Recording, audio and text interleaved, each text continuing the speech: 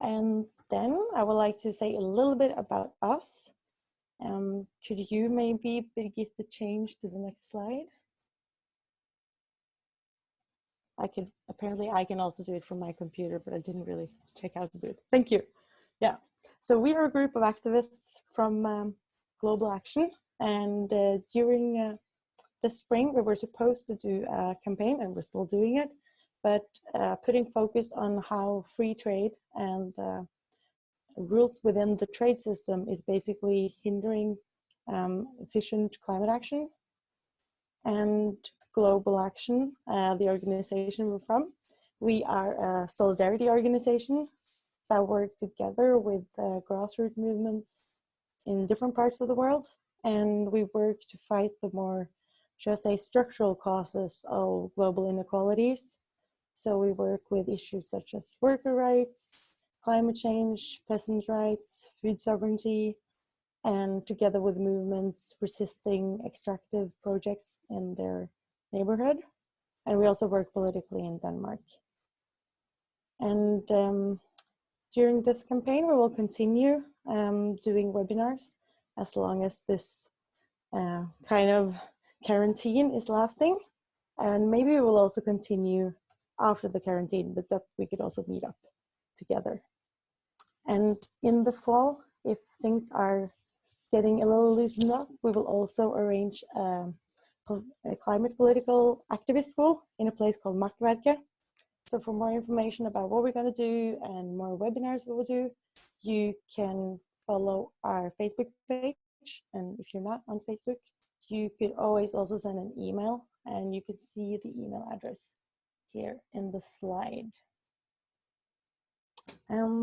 Yeah, and we have 2 more webinars coming so far, and you can see the titles here on the screen. We also got some super interesting speakers there. Esteban is from Argentina and Ilham from Mozambique, who will give their perspective on resisting gas into different countries, basically. And today, yeah, now I should stop talking.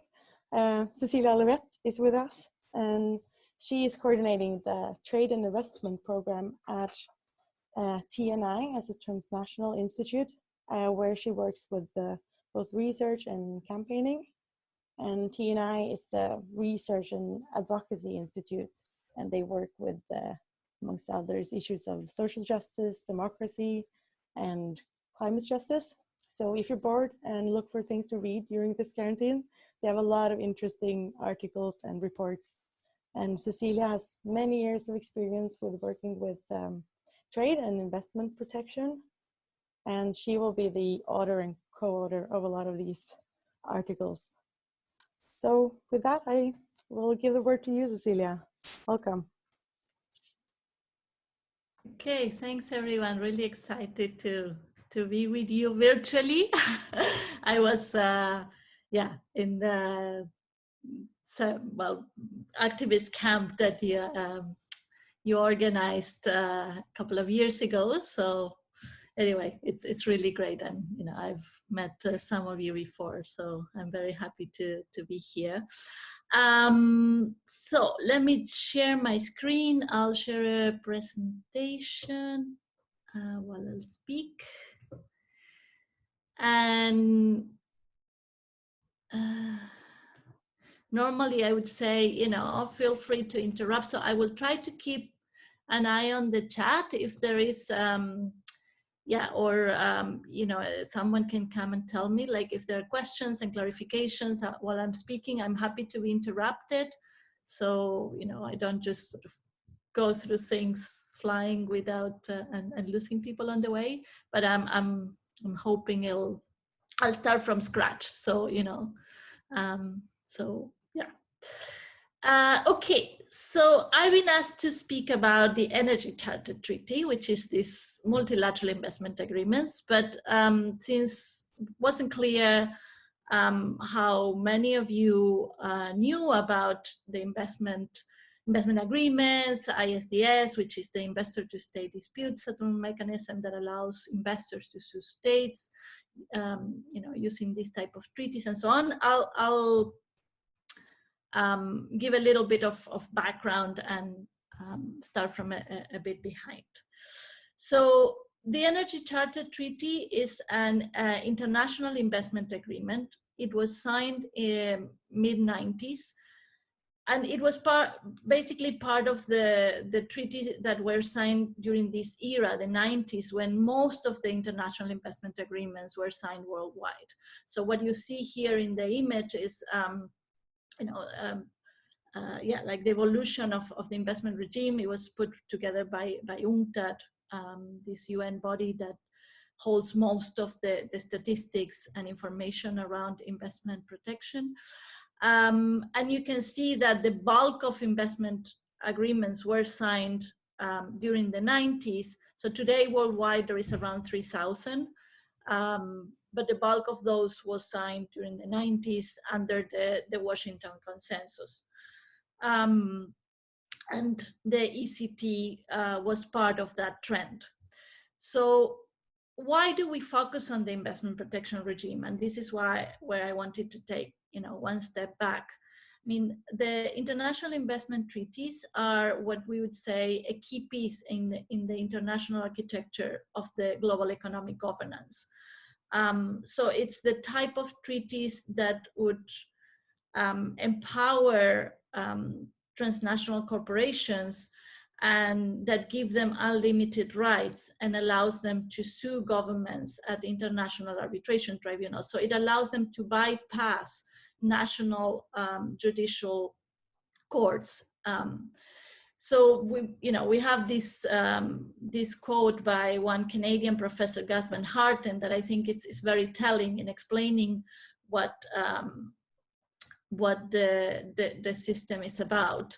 So, and I'll just read it. Investment treaty arbitration is an important legal and institutional piece of the neoliberal puzzle because it imposes exceptionally powerful legal and economic constraints on governments and by extension on the democratic choice in order to protect from regulation the assets of multinational firms.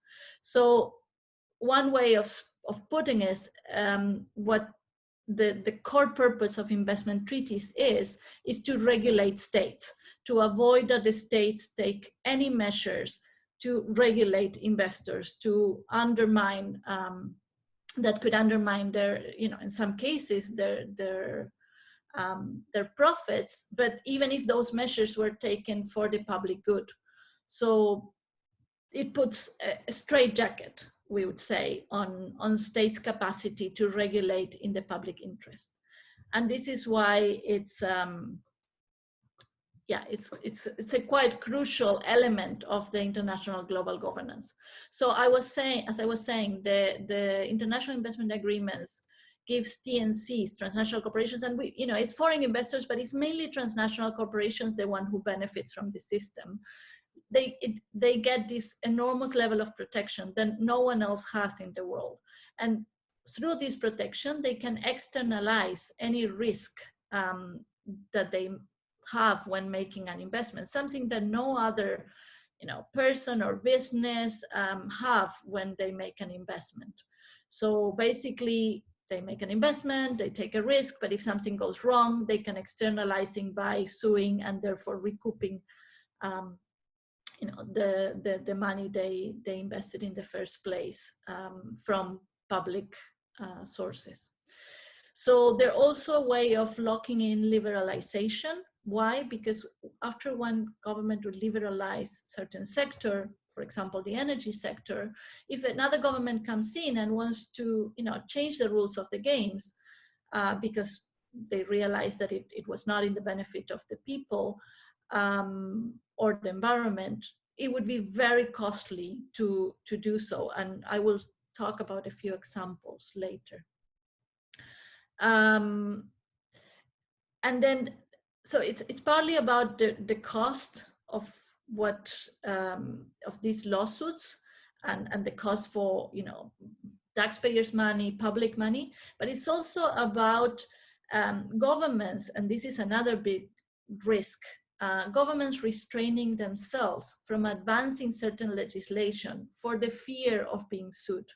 And unfortunately, it's very difficult to find out when this happens, but we do have some examples, and we do have some anecdotal evidence that confirms that this happens and that is a real risk. And again, I will give some examples later. But I just wanted to spell out for you, why something that looks so technical and so legalistic and so removed from maybe real battles on the ground, on democracy, on on the environment, on social rights, it goes at the core of it, because this is a regime that allows corporations to go unchallenged in a way, and at the same time it gives them this power to challenge democratic decision making of governments. So I wanted to bring this to the context of Denmark, because I think it's also interesting maybe for you to find out a little bit more how does the investment regime interact, or is presented in Denmark. So basically, Denmark has at the moment 50 bilateral investment treaties that they've signed. 46 of those are in force. And you can see with African countries, with Asian countries, Latin American countries, and even with many other Central and Eastern European countries. So it's quite a wide range. There are other countries that have more, like Germany, but 50, I would say, is quite a big number. The bulk of it was signed during the 90s, like, as I already explained, that happened mostly around the world. But not only 50 bilateral investment treaties, Denmark also has 56 treaties, other treaties, like for example, free trade agreements that have investment protection clauses. And the Energy Charter Treaty is one of them, because it's not just a bilateral investment treaty or an investment treaty, it has other elements. So it counts under these other type of treaties. So again, to clarify, what we're talking here is international treaties signed by states that are signed to protect foreign investors. So the foreign investor doesn't sign anything. This is just the states giving these rights and these privileges to foreign investors, and allowing them to sue them at international arbitration tribunals if any of the clauses that are included in this type of treaties, the investor thinks they've been violated in any way by the measures taken by the government. So going back to the ECT, there, as I was saying before, it falls under the category of other treaties because it's not just about foreign investment protection. It includes other elements, energy transit, energy efficiency, and so on. But the chapter on investment protection, on investors' rights, is what goes to the core of it. It's what really matters, actually, to the governments that are part of the ECT. And because it was signed during the 90s, it's what we also call the first generation treaty. So the type of clauses that are included, the type of rights that are given to investors are very far-reaching. The clauses are written in a way that are vague, so they give the highest level of possible protection to investors. Treaties that were developed later on, let's say, in the last decade, they have language that is a little bit more restrictive, but the treaties from the 90s are probably the worst of the worst, and that's where the ECT falls in. And as most other investment treaties, it also has this clause, right, the investor to state dispute settlement mechanism, ISDS, that allows investors to sue states at private arbitration tribunals, jumping, the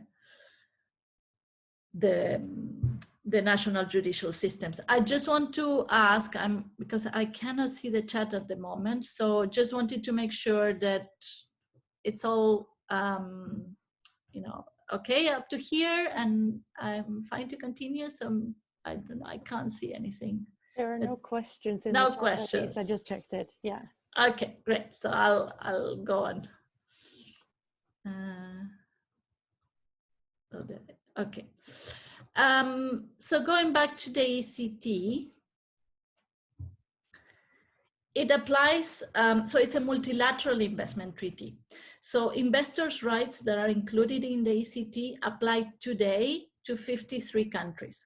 So in the map, what you see in black and in gray, those are the countries that, that are currently applying these investors' rights in the ECT. So we have the whole of Western Europe, Central and Eastern European countries, Central Asia, Japan, and then two countries that have recently joined from the Middle East, Jordan and Yemen. So this is, at the moment, basically the membership of the ECT. But, and I will talk a little bit more about this later, there is a very aggressive expansion process going on at the moment. And the main target for the expansion of the Energy Charter Treaty is Africa. There are a few other countries in Latin America. You have Chile, Colombia, Guatemala, a few in Asia, but the bulk of the countries that are being targeted to join the ECT are from Africa. Now, we say and argue that this is the most powerful energy treaty in the world. One of the reasons is because it's been the treaty that has by far been used the most to sue countries around the world. So we know from the latest UNCTAD numbers that there is 1,000 investment lawsuits using investment treaties worldwide. 129 of those have been, the investors use the ECT to sue, because to initiate a lawsuit, the investor needs to base that lawsuit in one treaty. So 129 known lawsuits exist today based on the ECT.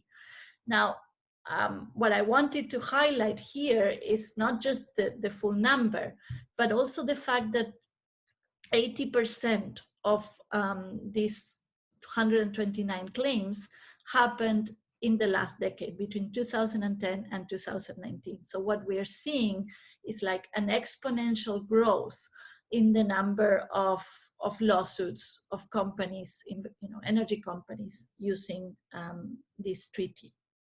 So it's becoming more and more dangerous by the year. The other big element that makes it super dangerous is the costs that we're talking about, the amount of money that we're talking about. What we have calculated is that there is so far, if you take into account all the awards, awards are the decision of the tribunals, so the decisions of when tribunals made a decision, plus cases that had been settled, meaning investors and states agreed on a decision before the case was finally solved by a tribunal. So if you take into account the amount of money that the arbitrators order governments to pay, plus the amount of money that governments themselves agreed voluntarily to pay investors to settle the dispute, it's $52 billion so far that the total amount of cases end up with. And just to give an indication of what this amount is, we calculated is the annual investment needed to provide access to energy for every person in the world that doesn't have access to energy today. So the amounts of the claims are astronomical. If you take into account the pending claims, so meaning like all the cases that are ongoing, that are still up for resolution, we calculated that they combined are for $32 billion US dollars, more or less.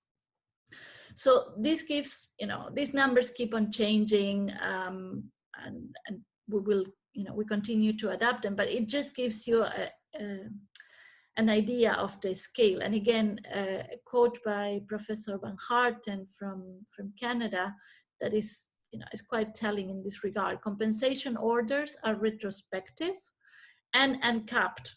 And capped, meaning an arbitration tribunal can order a state to pay any amount of money. There is no restriction of what an arbitration tribunal can order a state to pay. As a result, countries face unique incentives to avoid climate change action in order to limit their potential liability.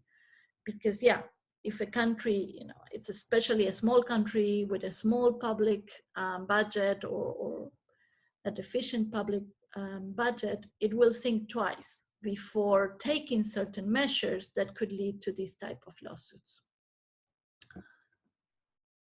So again, I wanted to go back to what is Denmark's experience with ISDS and ECT, so you have a little bit of a sense of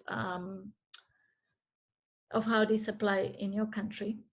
So what we know so far is that there are no known ISDS cases against Denmark, meaning no investor, it seems, has sued Denmark so far. That's not very strange. Until very recently, most Western European countries have never been sued. That's starting to change, but still, if you take into account worldwide, these 1,000+ investment lawsuits, the bulk of them are against developing countries, even though, of course, there are also lawsuits against some of the countries in Europe, in the US and Canada and Japan, but the majority of it is against the global south.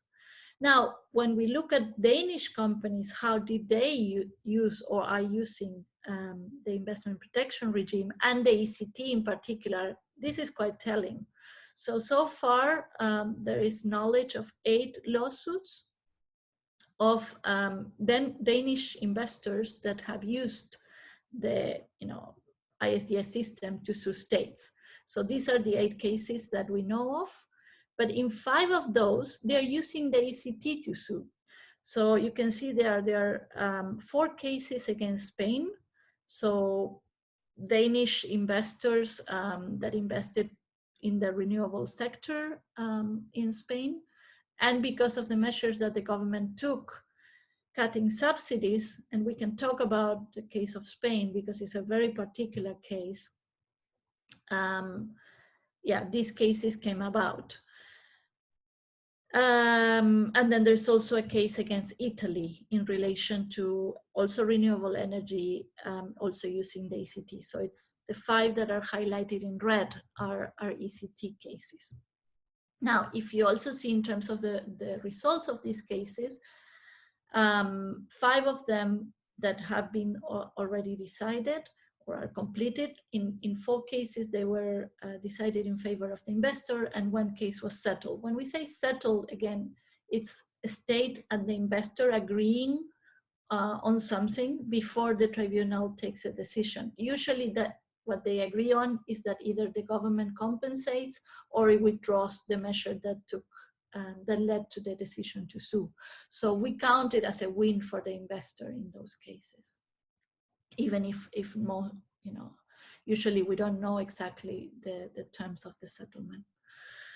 So just to give a little bit of an indication of the Danish experience. So I wouldn't also be surprised, that the Danish government defends the system based on this, because there is a tendency for governments to defend the system when it's their investors that the ones suing other countries, and and not when they are the state being sued. Okay, so again, can I just quickly ask if we are okay up to here? Or let's see, there is 1 question from Martha, but I think we can. What can developing countries do in the global south? Okay, we'll get to that later, but is there anything of clarification? People say it's clear, all fine, so I think it's good. Okay, good. Okay, so now going to the, one of the key points also of what I was asked to address, which is what is the relationship between the ECT and Aktion, in relation to climate change and the risk that the ECT poses for climate action. So we would argue there are many, many risks with this treaty, but probably one of the biggest risks is that it's very likely that it would sabotage a transition away from fossil fuels and towards renewables. And there is some evidence and indication that this could be the case. So first of all, we know from scientists that to avoid, catastrophic global warming, we need to keep coal, oil, gas. They have to be stopped. They need to be kept in the ground. We cannot continue operating at the scale that projects are going so far. Yet, investors' rights have been designed to protect the status quo. As I was saying before, this applies to all international investment agreements, not just the ECT. But because the ECT is about protecting energy investors, it becomes particularly relevant. So if we look at who are the companies that have been using or are main users of the ECT, it is big oil, gas, and coal companies for a long time. This slightly changed after 2013 because Spain, out of those 5 cases that I was showing you that Danish investors were suing Spain, well, Spain has been sued about 56 times as a result of those same measures, the cuts in the subsidies to renewable energies. In most of those cases, through the investors use the Energy Charter Treaty, and this kind of shifted the balance. So until 2012, 97% of the investors who sued via ECT were fossil fuel companies. After the 2013, there is a much more mixed picture, but we did a quite detailed analysis of who were the investors suing, for example, Spain, because of the cuts in the subsidies to renewable energy, a measure that we would defend. I mean, that we would defend the subsidies, not the cuts. So in this case, it's not a measure that the government took in the public interest or the interest of the environment. Yet, when we look at who were the investors suing, we realize that these were speculative investors in most of the cases. They were investors that had invested in Spain in the renewable energy after they knew that the cuts would happen, that the subsidies would happen. So they were speculating because the margins of profits were really high. And yet when the cuts indeed happen, they used the ECT and other investment agreements to sue Spain. So it's still, even if it looks, like, okay, maybe in this case it's not so bad because the company, the state actually, they shouldn't have cut the subsidies to renewable energy. It's a type of measure that we support.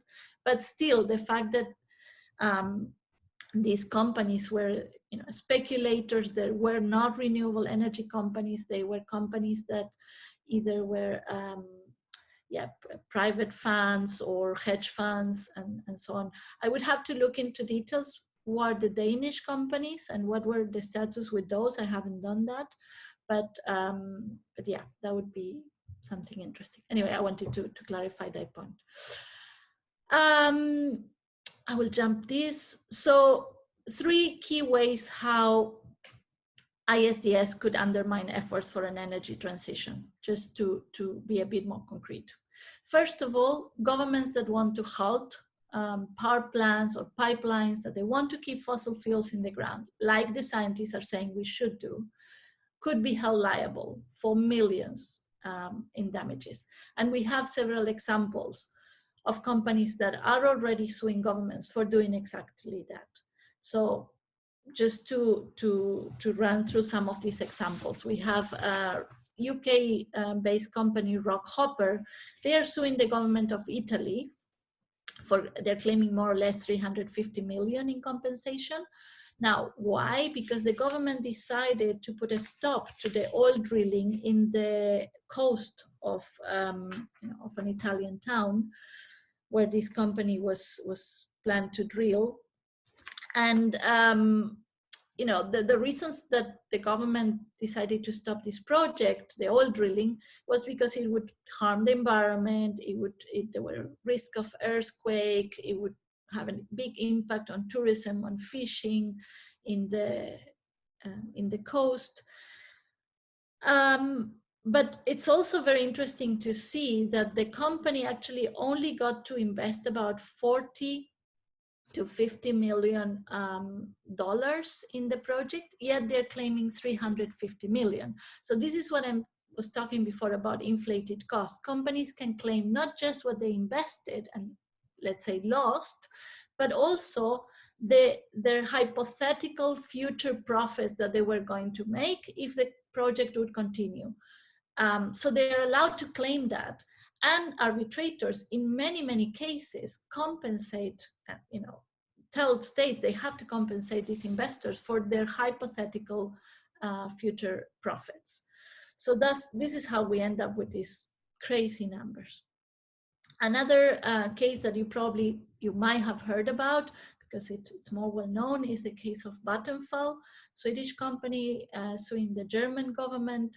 There were two lawsuits. The first one related to a coal power plant, but the second one, which is still ongoing, it's related to the decision of the government to put a stop to nuclear power. And they're suing for 4.3 billion euros. So again, it gives you an indication of the amounts of money that we're talking about.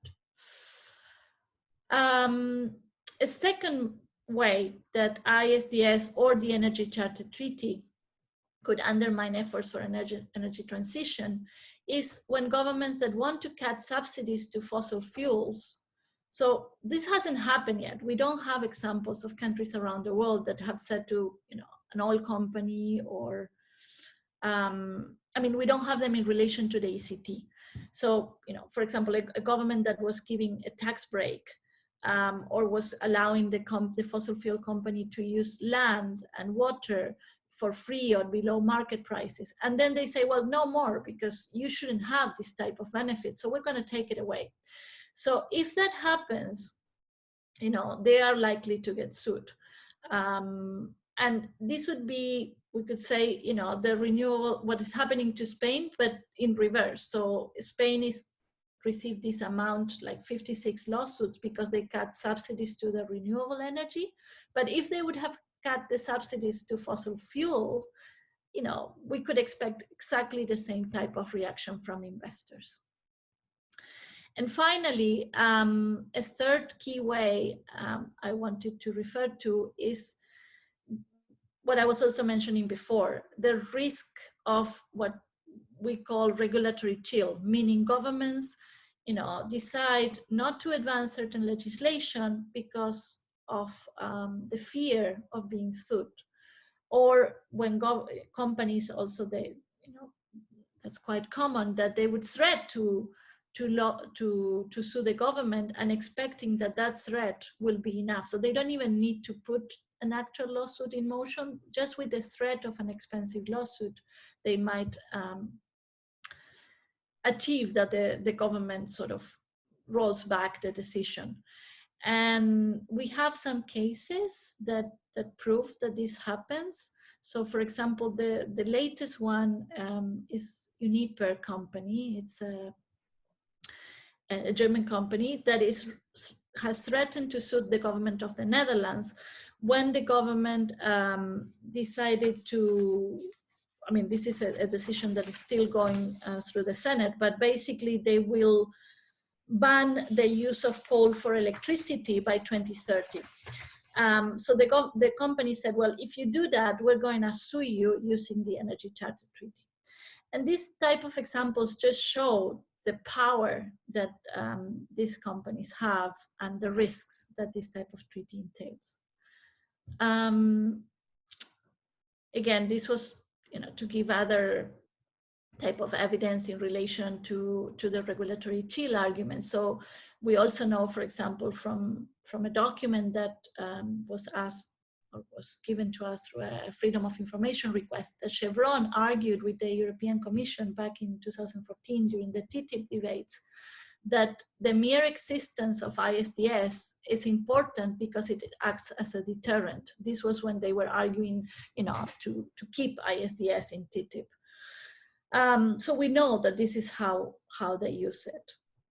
There's also this quote from a former lawyer that was part of the Czech Ministry of Finance, and she recognized that every month they were receiving threats and they were reviewing the risk, of claims when they were thinking about advancing measures. Okay, just to briefly go back to the issue of expansion, because I think this is, this is why this treaty is a risk for Europe, for the European countries that are already part of it, but it's also a major risk for countries in the global south that are in the process of joining, and with so little debate, with so little awareness from the political elites about the dangers of this treaty. So here you can see how is it expanding, which are the countries that are so far in the accession process. And these are the 5 steps that they need to follow. Now, it could take many years, but it could also go very, very fast, depending on the political will. At the moment, the countries that are closer to join, let's say, are Uganda, Pakistan, Burundi, Eswatini, and Mauritania. And this expansion process has been mainly promoted by the Secretariat of the Energy Charter Treaty, by the EU because they were funding it, and the arbitration industry that has a very strong foot on the ECT Secretariat. And one thing is, it's been very cheeky because what they did is they're targeting the ministries of energy. Now, these are not the ministries that usually deal with investment agreements, that are aware of the risks, and that they have been dealing with the amount of lawsuits that many of these countries already face.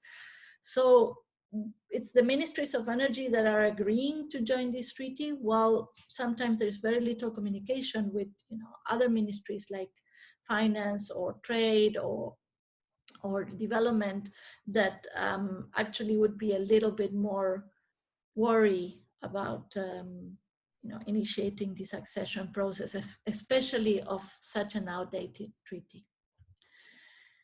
And this is it for the ECT, but I wanted to end also, well, coming back to the situation that we are living today, and highlighting that in the context of the crisis that the COVID-19 has put the world in, it's particularly crazy to have these type of treaties in existence, and even crazier to have governments maintaining ongoing negotiations to join new trade and investment agreements. UNCTAD, as I was saying earlier, has just announced that there are more than 1,000 claims. This came last week. So we know that there are 1,000 cases worldwide. We know what these type of cases do to public budgets.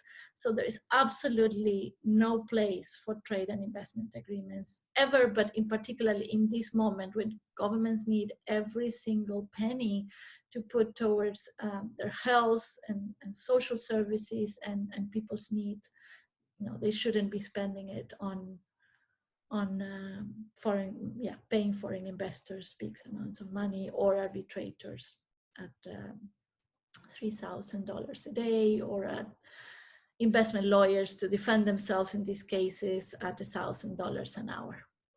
So thank you everyone for the attention.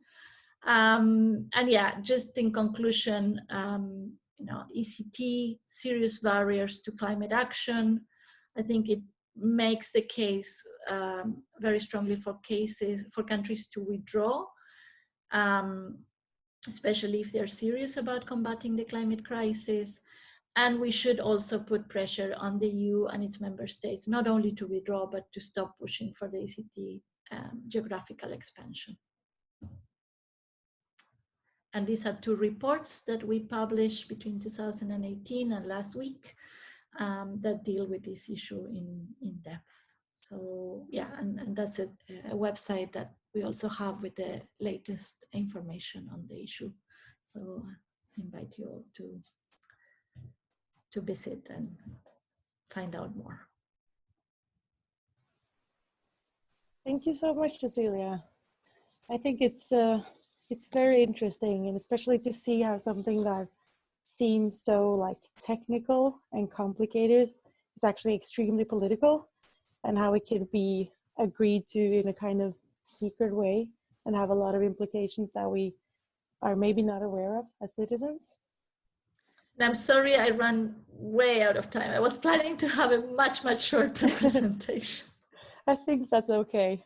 I'm looking at the chat here, and I think like there are several people questioning this, like why on earth would countries actually allow this when it's so bad for them? Like for example, Petrus' question here, that is, why would countries in the first place ever allow or give companies such power and rights?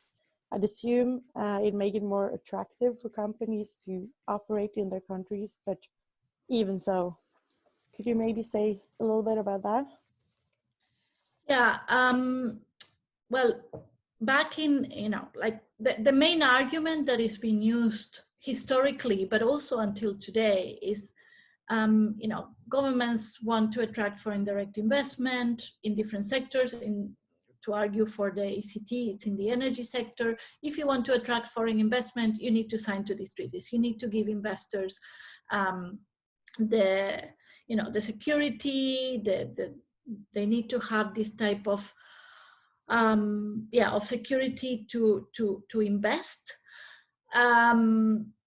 Now, the problem is that this argument has been debunked over and over again. There's so much evidence from academia, from governments themselves that have carried out reviews that show that there is no correlation between the signing of investment agreements and the attraction of foreign investment.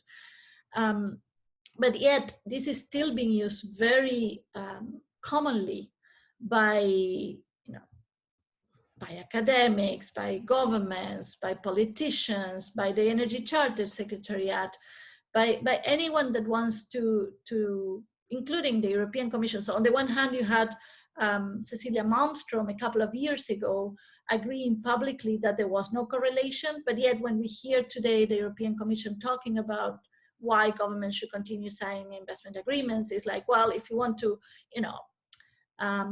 attract European investors, this is what you have to do. You have to sign these treaties, because that gives them the indication that you are, you mean business.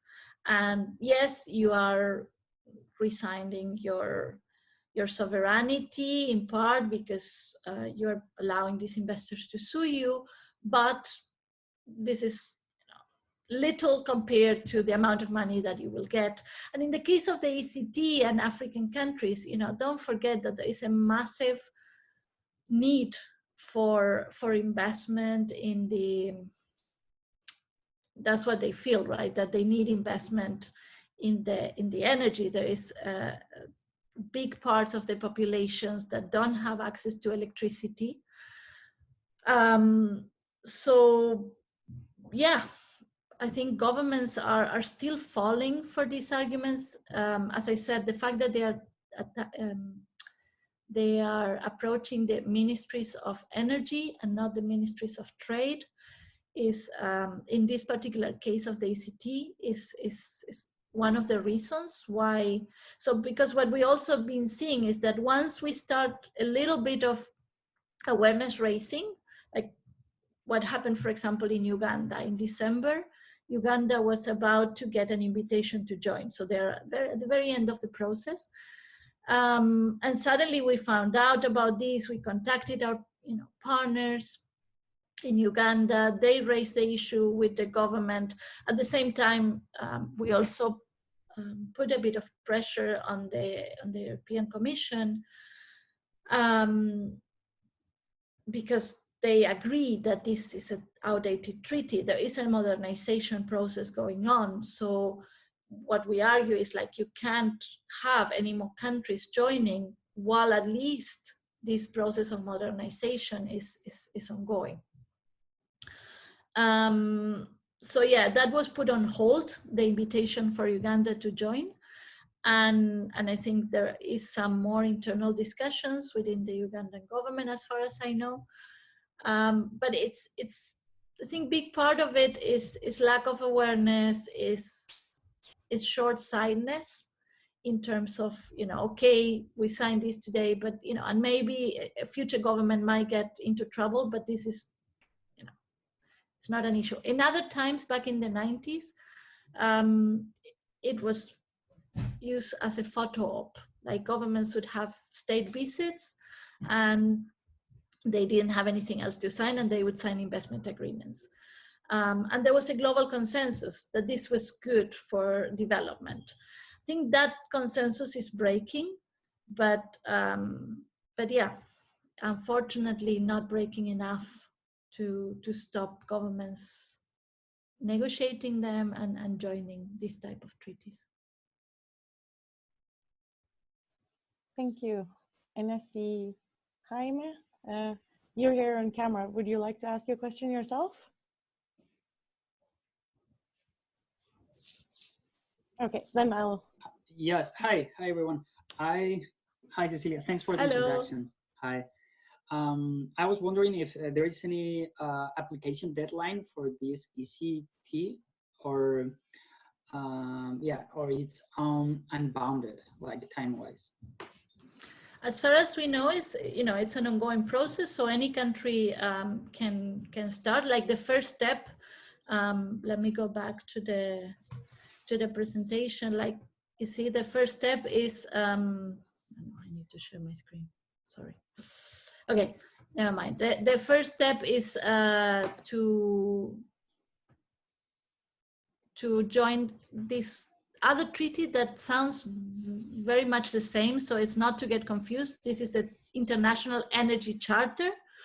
This is a political declaration. It's not, you know, it doesn't have ISDS, or it's not binding of any kind, but it's kind of the first step. It's like your intention to become part of the family. That's what they call it. So once governments sign that International Charter Treaty Declaration, it was from 2015, that's when they start the process. And there is no limitation of who can join that. So it's really open. And I think if it was for the Energy Charter Secretariat, the more the merrier. And they are continuing, you know, going around and organizing conferences where they present the wonders of the ECT around the world. So this is happening. My question, yes, thanks again, was more in the case of when a country signs this treaty, they are given the rights for companies to sue them. Like, for how long? Let's say, like, these rights are given to you for the next 50 years, for the next 70 years, or? Yeah, so they are forever until you decide to exit.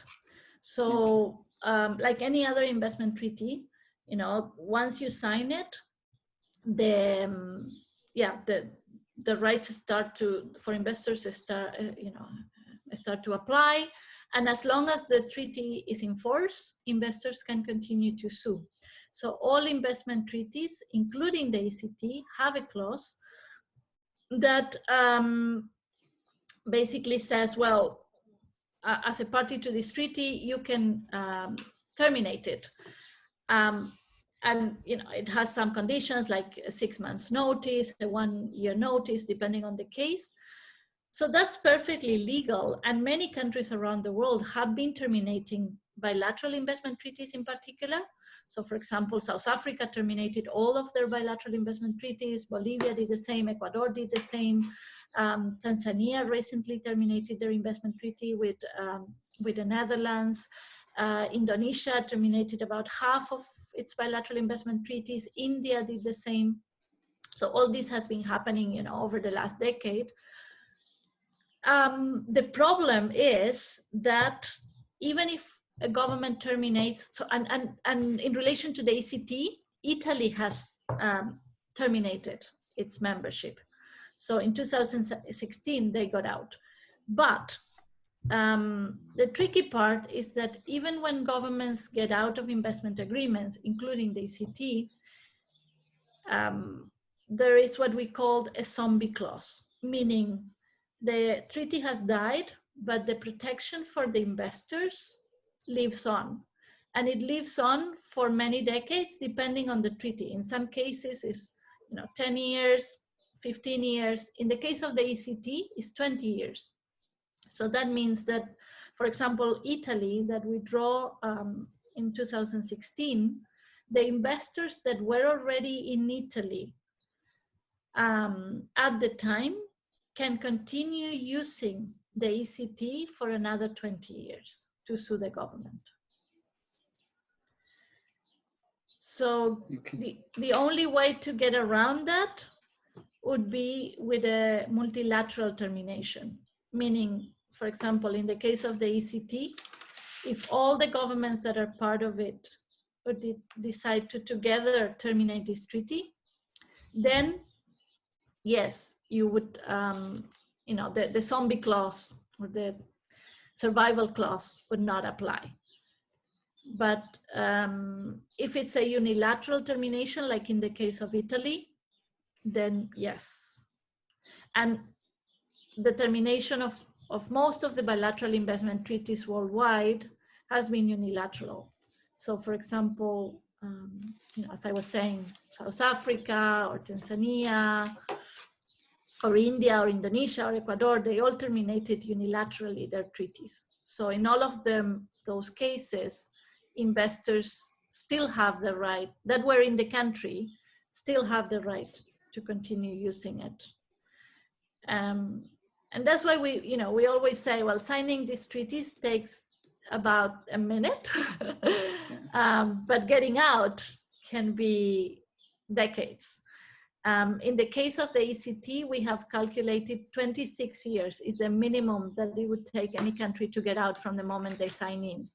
Because you sign, then for 5 years you cannot withdraw. Then let's say after 5 years being part of it, you want to withdraw, you send a letter announcing that you want to withdraw.